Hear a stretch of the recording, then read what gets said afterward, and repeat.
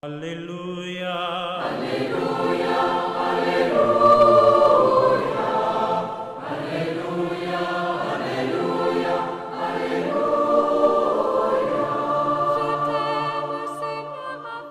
Chers frères et sœurs en Christ, fils et filles bien-aimés du Seigneur, bonjour.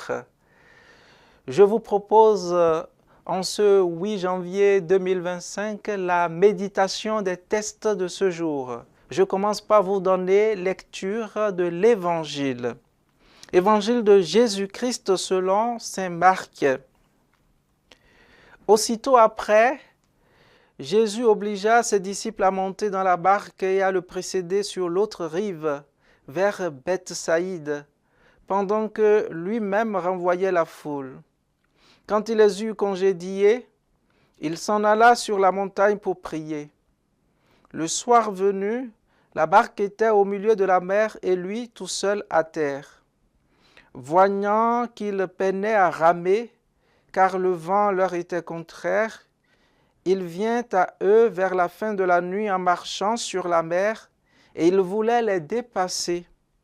En le voyant marcher sur la mer, les disciples pensèrent que c'était un fantôme, et ils se mirent à pousser des cris.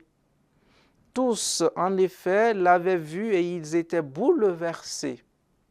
Mais aussitôt Jésus parla avec eux et leur dit : « Confiance, c'est moi, n'ayez pas peur. » Il monta ensuite avec eux dans la barque et le vent tomba.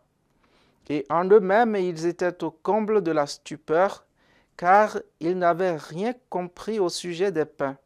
Leur cœur était endurci. Chers frères et sœurs, en Christ, je me promène aujourd'hui encore dans les jardins de la parole de Dieu. En entrant dans la première lecture, je flâne entre les fleurs et la plupart ressemblent à celles d'hier, mais en plus épanouies.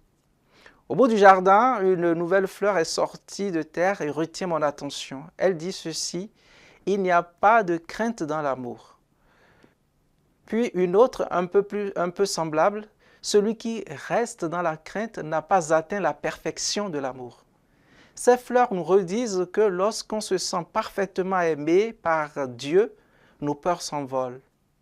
Le plus bel exemple est celui du petit enfant capable de se jeter du haut d'un mur dans les bras de son père ou de sa mère. Le ferait-il s'il n'avait pas une confiance totale dans l'amour de ses parents ? Le nourrisson est une très belle représentation de cet abandon quand il s'endort sur le sein de sa mère après avoir tété. Quelle sublime image de l'abandon! Mais en grandissant, nous perdons cette capacité à nous abandonner, à avoir confiance, à lâcher prise. Nos différentes expériences de trahison, de violence, du mal subi ou de la critique facile contre nous rendent méfiants et peureux. Et pour nous rassurer, nous nous accrochons à ceux qu'on aime et qui nous aiment. Nous nous accrochons à ce qui peut nous protéger des ennemis ou des mauvais sorts qu'on peut nous jeter à la maison, en famille, sur nos lieux de travail. Ou encore, nous nous accrochons aux sécurités du monde, argent, maison, compagnie rassurante et affective, cercle ésotérique qui renie la divinité de Jésus et bien d'autres sectes ou coteries qui nous paraissent importantes pour préserver notre vie, mais qui, en fin de compte, nous éloignent de l'abandon total à Dieu, nous éloignent de la confiance en lui. Mais l'amour au sens divin du terme peut-il avoir des chaînes ? Non, je ne le crois pas. L'amour doit nous rendre libres. L'amour divin fait voler au-dessus de toutes ces choses-là. Prenons l'exemple d'un homme et d'une femme. Qu'est-ce qu'aimer l'autre ? N'est-ce pas l'aider à aimer parfaitement le Seigneur et ainsi sortir de la crainte, de la peur ? N'est-ce pas s'aider à comprendre ce que signifie réellement le sacrement de mariage, qui se nourrit de l'amour du Seigneur pour nous, qui sommes son Église ? Sommes-nous capables de recevoir l'autre tel qu'il est, sans essayer de l'annexer à notre bon vouloir égocentrique ?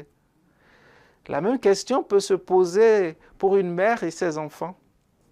Aimer ses enfants, n'est-ce pas aussi les laisser s'épanouir en acceptant leurs richesses et leur pauvreté, qui ne sont pas les mêmes que les nôtres? Sommes-nous prêts à accepter qu'ils s'envolent loin de nous vers l'amour divin, loin de nos propres idéaux? Les aimons-nous assez pour les rendre libres d'aller à Dieu et de l'aimer? Pour donner cet amour, n'avons-nous pas besoin, nous aussi, de l'amour de Dieu? Quand nous nous approchons de Dieu et que nous ressentons cet amour enveloppant, plus rien n'a d'importance. Et même la différence, les mépris, les méchancetés, les coups bas, les sortilèges, la maladie, la solitude et le silence ne nous font plus peur.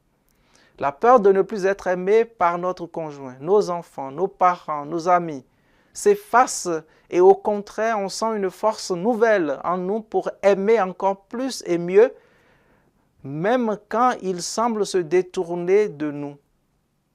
Ce n'est plus nous qui les aimons, c'est Dieu qui les aime à travers nous. Et c'est ainsi qu'il nous aime et nous protège de toute attaque maléfique.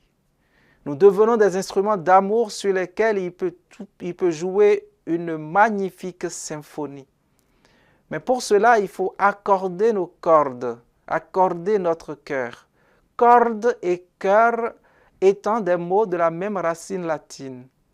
À la fin de la multiplication des pains, les disciples étaient remplis de stupeur et l'incompréhension devant des signes aussi extraordinaires.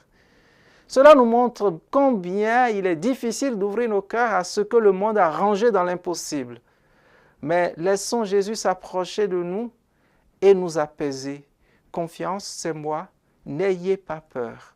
Quand les événements nous dépassent, quand les tempêtes en nous sont trop violentes, mettons-nous en veille pour guetter son avancée discrète pas à pas sur l'eau et mettons nos oreilles en éveil pour qu'elles entendent le murmure de Jésus qui vient nous rassurer. Ephata, ouvre-toi. Peu à peu, nos tumultes s'apaiseront, nos ténèbres s'éclaireront, et imperceptiblement, petit à petit, notre paix lumineuse s'étendra autour de nous. Le Seigneur soit avec vous. Que Dieu Tout-Puissant vous bénisse et vous garde, le Père et le Fils et le Saint-Esprit. Alléluia. Alléluia, Alléluia.